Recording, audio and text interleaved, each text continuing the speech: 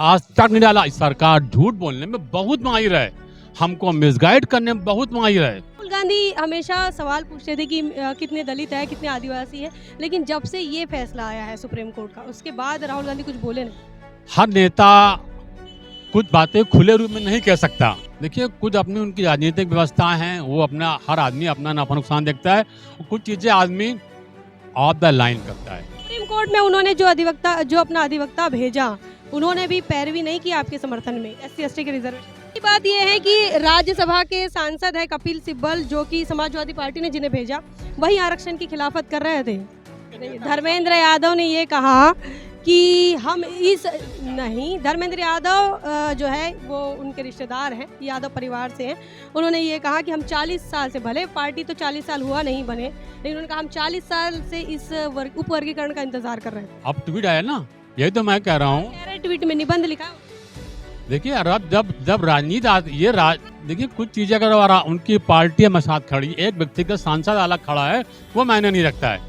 या तो ये रद्द हो या फिर सुप्रीम कोर्ट इस पर विचार करे, ये नहीं कहा कि संसद विशेष सत्र बुलाए, ऐसा कुछ नहीं कहा। आज उनकी पार्टी ने अखबारों में सकते हैं कि मैं SC के साथ समर्थन में खड़ा हूँ, कहा है ना नहीं कहा। आप ट्वीट देखिए। और चंद नौकरियों में ही तो मिली लोगों की, बाकी धन धरती तो सब कब्जा करके बैठे हुए हैं। मीडिया जुडिशरी सब कब्जा करके बैठे हुए हैं। बाबा साहब ने कहा था, जब हमारे लोग SC/ST OBC के लोग पढ़ लिख लेंगे, पढ़ लिख जब आगे बढ़ेंगे, तो ये मनुवादी लोग कोर्ट का सहारा लेंगे। आज वही बात है। साथ जय भीम, मैं हूं इंजीनियर स्नेहा और आप देख रहे हैं नेशनल चौपाल। इस वक्त हम राजधानी लखनऊ में हैं और लखनऊ का माहौल आपको बता रहे हैं। तमाम लोग SC/ST के रिजर्वेशन को लेकर जो है गंभीर नजर आ रहे हैं। SC/ST के लोग, दलित, पिछड़ा, आदिवासी आज सड़कों पर हैं, मांग कर रहा है, सुप्रीम कोर्ट के फैसले के खिलाफ आंदोलन कर रहा है। कुछ लोग हमारे साथ हैं जो इस प्रोटेस्ट के समर्थक हैं, इनसे बातचीत करेंगे, जानेंगे कि आखिर इनका क्या कहना है और क्यों ये लोग इस प्रोटेस्ट का समर्थन कर रहे हैं। तो हमारे साथ जो साथी, क्या नाम है आपका? मोहनलाल। क्या बताएंगे, आप इस प्रोटेस्ट में शामिल हुए झंडा वंडा लेकर? क्या बताएंगे, ये सरकार हमारे समाज को मिटाना चाहती है। आरक्षण वारक्षण नहीं है, हमारी भागीदारी है। और चंद नौकरियों में ही तो मिली लोगों की, बाकी धन धरती तो सब कब्जा करके बैठे हुए हैं। मीडिया जुडिशरी सब कब्जा करके बैठे हुए हैं, सारी नौकरियां छीन के बैठे हुए हैं। लिटरल एंट्री कॉलेजियम सिस्टम पे सब हाईजैक कर लिए, बचा क्या? तो अब डू और डाई के अलावा कुछ नहीं है। इसीलिए आप लोग आंदोलन कर रहे हैं, लेकिन कुछ मामले ऐसे हैं कि आपके यहाँ लोकतंत्र है, देश के अंदर भारत में लोकतंत्र है। लोकतंत्र में आप जिन प्रतिनिधियों को भेजते हैं, वो इन मामलों को लेकर जो है वो संसद में आवाज़ उठाते हैं। ऐसा मामला आपके इस रिजर्वेशन को लेकर नहीं देखा जा रहा है। भाजपा और कांग्रेस दोनों का जो स्वभाव है, जब SC/ST के रिजर्वेशन पर हक अधिकारों की बात आती है तो सेम उनका चरित्र होता है। तो वो तो उनके गुलाम लोग हैं, वो टिकट देते हैं, वो पैसा खर्च करते हैं, चुनाव प्रचार करके जो उनके तलवे चाटते हैं, उनकी हाँ में हाँ मिलाते हैं, वो संसद में बैठे हुए हैं। अभी डेमोक्रेसी असली इस देश में आई कहाँ? क्या असली डेमोक्रेसी है? इसी को जहाँ पे वोट की वैल्यू ना बताई जाए और वोट खरीदे जाएं, रोटी में, बोटी में, धोती में, दारू में, इसको डेमोक्रेसी कहेंगे?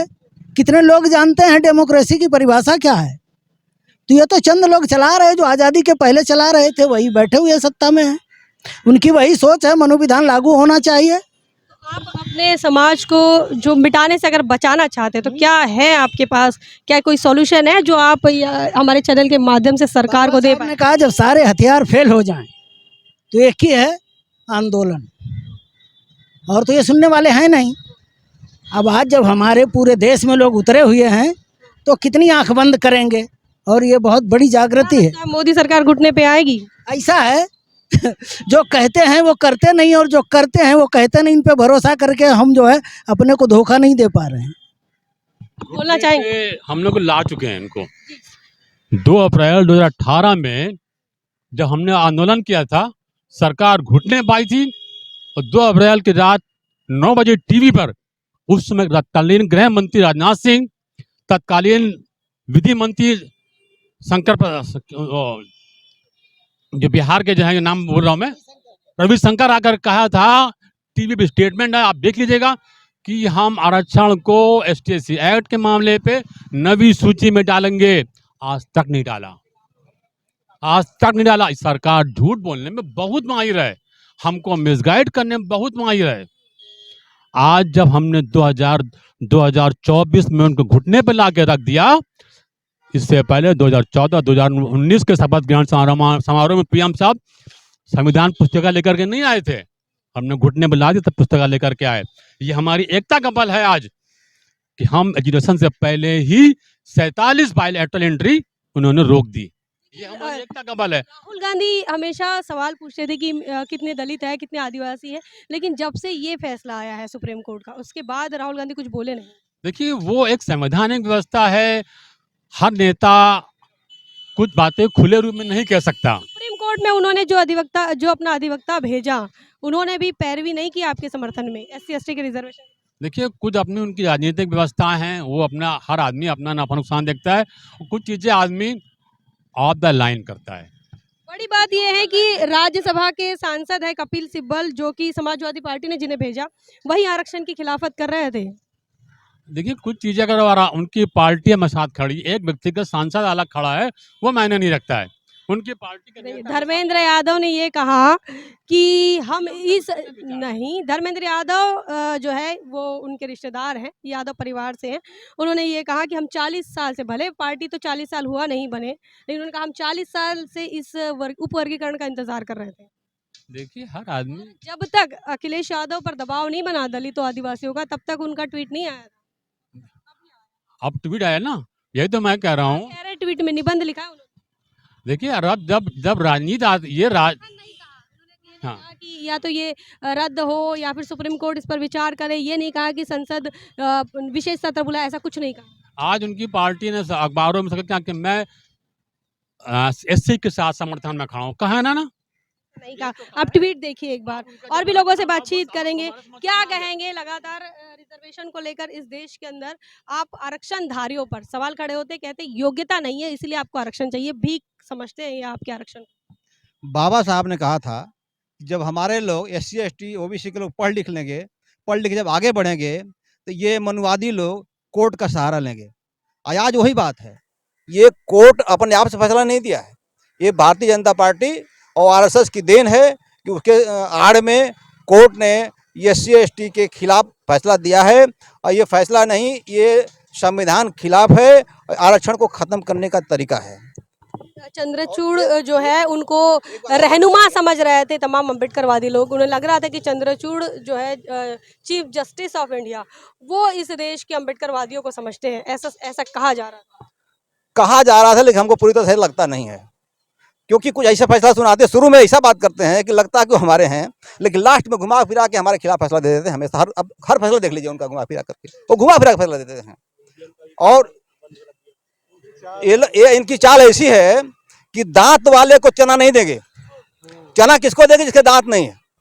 तो दांत वाला को चना नहीं दे, वो मिलेगा नहीं उसको, अब बिना दांत वाले वो खाएगा नहीं, तो चना बचे किसका होगा? SC ST के घरों में अब क्रीम बनना शुरू हो गई, इसीलिए क्रीमी लेयर की कितने क्रीम है, कितने हमारे पास प्रॉपर्टी है, कितने बिजनेसमैन हमारे, कितने मीडिया में है। ये डेटा सुप्रीम कोर्ट के पास नहीं है। ये डेटा सुप्रीम कोर्ट के पास नहीं है। सुप्रीम कोर्ट किस हिसाब से फैसला दिया, सबसे पहले बात तो अपने यहाँ क्रीम देख लेना कि बाप जज था तो बेटा भी जज हो गया। क्रीम लेयर वहाँ क्यों लागू कर रहे हैं? मोदी जी ने कहा कि हम गौर करेंगे, इनके पास आपके फैसले पर गौर करेंगे, लेकिन उन्होंने उसके बाद भरोसा नहीं है। मोदी के बाद बिल्कुल भरोसा नहीं है। अगर हमारे बात पर फैसला करेंगे, गौर करेंगे, तो स्पेशल सदन बुला करके अमेंडमेंट लाएं, तो हम जाने कि हमारा काम हो गया, नई सूची में डाल दें। तब ऐसे उनके जवानी को जो 2 करोड़ नौकरी हर साल देंगे, 15 लाख रुपया खाते में जाएंगे, सब ये कहाँ आया? कहीं आया? ये जुमला हो गया, ये चुनावी जुमला हो गया। और भी लोगों से बातचीत कर रहे हैं कुछ साथी। तो 3 दिन पहले ही पार्लियामेंट को जो है स्थगित कर दिया गया ताकि लोग सदन में इस आवाज को न उठा सके। तो ये तो चाल है। देखिए, तो ये चाल कह रहे हैं, इस देश की सरकार की चाल है SC ST के रिप्रेजेंटेशन को रोकने की, भागीदारी को रोकने की। क्या बताएंगे, कैसे देख रहे हैं आज के इस आंदोलन को? आज का जो आंदोलन है, आज जो क्रीमिलियर व्यवस्था लागू की जा रही है, SC ST OBC का अभी जो 23% 22% जो कोटा है वो अभी भी पूरा नहीं हुआ है। और जो क्रीमिलियर है, क्रीमिलियर में क्या होता है, जो मतलब जिस लायक है वो उस लायक तक नहीं पहुंच पाता। जैसे एजुकेशन रिजर्वेशन 3 प्रकार का है, पॉलिटिकल रिजर्वेशन, और नौकरी में रिजर्वेशन और राजनीतिक रिजर्वेशन। हाँ, एजुकेशन। और जो बाबा साहब ने कोई क्रिमिनल की व्यवस्था नहीं लिखी थी, बाबा साहब ने जाति व्यवस्था समानता के। आज अगर SC ST OBC का आदमी राष्ट्रपति बन जाए, चाहे प्रधानमंत्री बन जाए, वो उसी ही जाति का रहेगा, उसकी जाति व्यवस्था खत्म नहीं हुई। जैसे बहन कुमारी मायावती जी, माननीय अखिलेश यादव जी हुए, तो अगर वो OBC के हैं तो अगर मंदिर में किसी भी दूसरी जगह पे जाएं तो उसका निराकरण किया जाता है। आज भी समानता नहीं है, घर को शुद्ध भी किया जाए। वही वो शुद्ध किया जाता है। आज भी वो व्यवस्था खत्म नहीं। क्रीमिलियर का मतलब ये है कि जो SC ST में एकता है वो खत्म किया जाए। जैसे SC ST OBC को 6,747 जातियों में बांटा गया, पहले शूद्रों को बांटा गया, 4 बड़ा बनाए गए, ब्राह्मण, क्षत्रिय, वैश्य, शूद्र। उससे जिससे मतलब लोग एकत्रित नहीं हो। पहले हमारे समाज के लोग जो थे एक जगह पे रहते थे और आज एकता कायम थी। आज हमारा समाज बटा हुआ है, बटा हुआ यही स्थिति का निर्माण हुआ है। और अगर हमारा समाज एक प्लेटफॉर्म पे अगर आंदोलन करेगा तो ये सफल होगा, और हमारा आंदोलन सफल हुआ है। पूरे देश के अंदर ये आवाज़ें निकल रहे हैं। जी, तो संदीप कुमार जी हमसे बातचीत कर रहे थे। क्या कहेंगे आज इस आंदोलन को लेकर? SC ST सुप्रीम कोर्ट के खिलाफ बात कर रहे हैं। सही बात तो यह है कि इस भारतीय संविधान ने सबसे पहले व्यवस्था दी है समानता का अधिकार, और मुझे लगता है कि आज़ादी के बाद जो होना चाहिए था सही अर्थों में वो नहीं हुआ है। और रही बात अब जातियों को बांटने की, चूँकि बाबा साहब ने जब पूना पैक्ट किया था तो बहुत मजबूरी में किया था। वो जानते थे कहीं न कहीं हमारे हिस्से पे हकमारी हो रही है, सदियों से होती आई है। आज जब मौका है तब ये लोग रिजर्वेशन हम सुधार करना चाहेंगे। रिजर्वेशन फर्स्ट इंडिया एक्ट के बाद मिला, लगभग 1919 के बाद से ही रिजर्वेशन लागू हो गया। संविधान बाद में बनता है, 1932 में पूना पैक्ट होता है, मतलब पूना पैक्ट बाद में आता है, रिजर्वेशन आपको पहले मिलता है। अब जैसा मुझे लगता है कि आज़ादी के बाद जो आरक्षण मिलना शुरू हुआ उसमें हमारे बहुजन समाज के लोगों की भागीदारी थोड़ी सी सुनिश्चित होने लगी। और आज जब देखने में आता है कि बहुत ही ऊंचे स्तर पर तो हमारा कोई कोटा पूरा नहीं है, सबसे बड़ी बात है। दूसरा बड़ा मुद्दा ये है कि हमारे लोगों के अंदर जो थोड़ी सी स्वयं से जागरूकता आई है, जिसमें बाबा साहब का एक कथन था कि भाई हम लोग शिक्षित बने, संगठित रहें, आगे बढ़ें, तो लेकिन वो सब पूरा होने की तो अभी बहुत बड़ी जो है दूरी है। और पहले ही हमें नौकरी पा गए हैं आप लोग, ये कह रहे हैं। नहीं, नौकरियां तो बहुत ही संक्षिप्त हैं, जिनको कोई अगर हम बात करें, अगर आप आंकड़े देखें पूरे भारत में जो बड़े बड़े स्तर पर IAS PCS लेवल पे या और उससे लेवल पे, तो बहुत कहीं से कहीं तक हमारे लोग नहीं हैं। सब जो है सवर्ण कास्ट के लोग बैठे हुए हैं, पूरी हाकमारी हो रही वहाँ पे। तो अब अगर ये बात कह करके कि थोड़े से चंद लोग हमारे कुछ उनकी नज़र में आ गए हैं और उनको लगता है कि नहीं अब ये मलाई खा रहे हैं या क्रीमी लेयर बन जाए, कह रहे कब तक मिलेगा, कब तक चाहिए आपको आरक्षण? जब तक इस देश में जातिवाद कायम है। और मुझे तो लगता है कि जातिवाद जो है विनाश कर देना चाहिए था, लेकिन नहीं किया है, और ये उसमें अपनी गुंजाइश देखते हैं मनुवादी व्यवस्था को। बात है EWS के कोटे को लेकर क्या कहेंगे? EWS तो वही है, हमारे यहाँ एक कहावत है, घर का परोसने वाला अंधेरी रात है, चाहो जितना लूट लो। हाँ, EWS का क्या मतलब है? वो तो उनके अपने लोग हैं, उन्होंने रख लिया। अब गलती हमारे लोगों की भी है, सदन में नपुंसक बन के बैठे हुए हैं और सारा अधिकार लूट रहा है।